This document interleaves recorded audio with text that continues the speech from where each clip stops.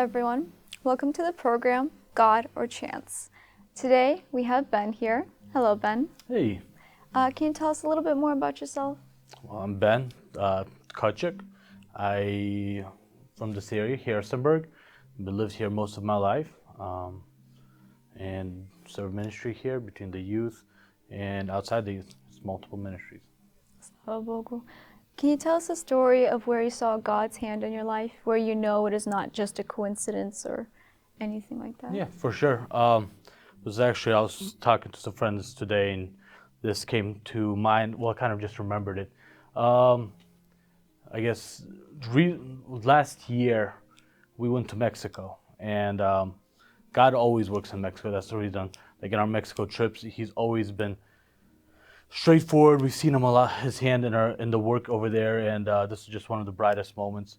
Just comes to mind. First thing is, so last year, right after New Year's, we were heading home, and once we get to the northern part of Arizona, it gets really cold. We hit snow, and we're driving two vans, and one of the vans is with a trailer, and so I'm the one on the van with the trailer. We're driving.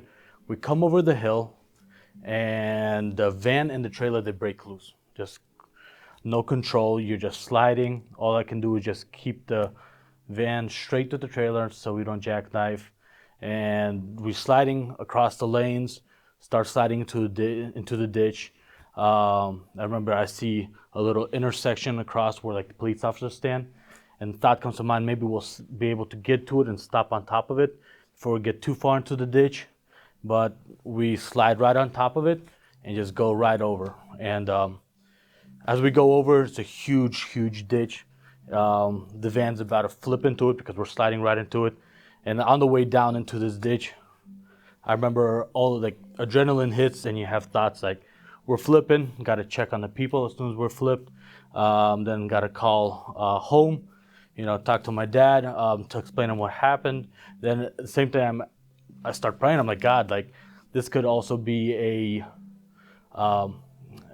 create problems. People might start talking, oh, look at these problems we have with the missions. I'm like, this might get in the way of your mission work. And at that moment, as I'm praying to him about this, we feel everybody was asleep at the moment, just trying, like people coming away because they don't know what's going on. It's just the co-pilot and I were just sitting there.